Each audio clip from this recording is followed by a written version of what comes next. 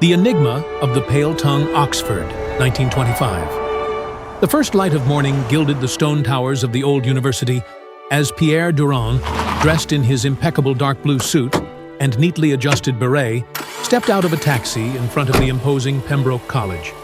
Invited for an exclusive visit to the legendary Bodleian Library, he felt both honored and curious.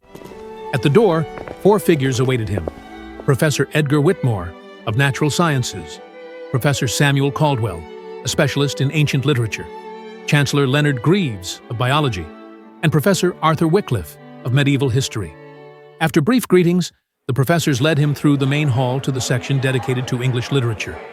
Pierre listened attentively when suddenly Professor Whitmore began to cough violently. The sound echoed among the silent shelves. He staggered, clutched his throat, and collapsed with one arm stretched out. The librarian, Miss Evans, let out a muffled scream. Professor Wycliffe knelt to assist the colleague, but it was too late. Whitmore lay lifeless. As his head was gently lowered, the professor's mouth fell open, revealing a tongue completely white. Pierre was stunned. He had never seen anything like it. The police were called, and all exits were sealed. While the officers secured the scene, the remaining professors exchanged uneasy glances, murmuring about the strange phenomenon. Chancellor Greaves, with his thinning hair and weary gaze, commented, "In all my long academic life, I have never witnessed anything like this, although I vaguely recall reading something about cases involving white tongues."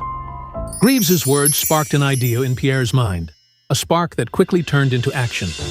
He leaned towards Miss Evans and asked, "Mademoiselle, could you show me the book loan records for the past 2 weeks?" Intrigued, the librarian guided him to a polished wooden counter and handed him a thick ledger. Pierre skimmed through it carefully as the professors gathered around him, anxious. He paused, his finger marking a line. Reading aloud, he announced, "Silent essences, rare poisons of the ancient world. Borrowed just a few days ago by..." He paused briefly, and everyone leaned in, holding their breath. "Samuel Caldwell." A murmur of surprise rippled through the group, and all eyes turned astonished to Caldwell, who turned pale, took a step back, and, in a sudden impulse, tried to flee, unsuccessfully. The police quickly restrained him. As the culprit was handcuffed, Greaves, still shocked, turned to Pierre and asked, "At such a young age, how did you think to check the library records?" Pierre adjusted his beret calmly and replied, "In truth, it was the rarity of the case that caught my attention. If even the esteemed Chancellor Greaves, a specialist in biology, knew little about such a poison, I concluded that the murderer would have needed careful research." One of the professors, admiring, murmured, "Brilliant?" Pierre smiled slightly and added, "Actually, the brilliance was the victim's." When Professor Whitmore collapsed, his finger remained extended, pointing to a book on the shelf. The author, Samuel Caldwell. I only needed to find confirmation in the records. Another professor, with a tired smile, commented, "It's fortunate that you're only beginning your academic life, Pierre.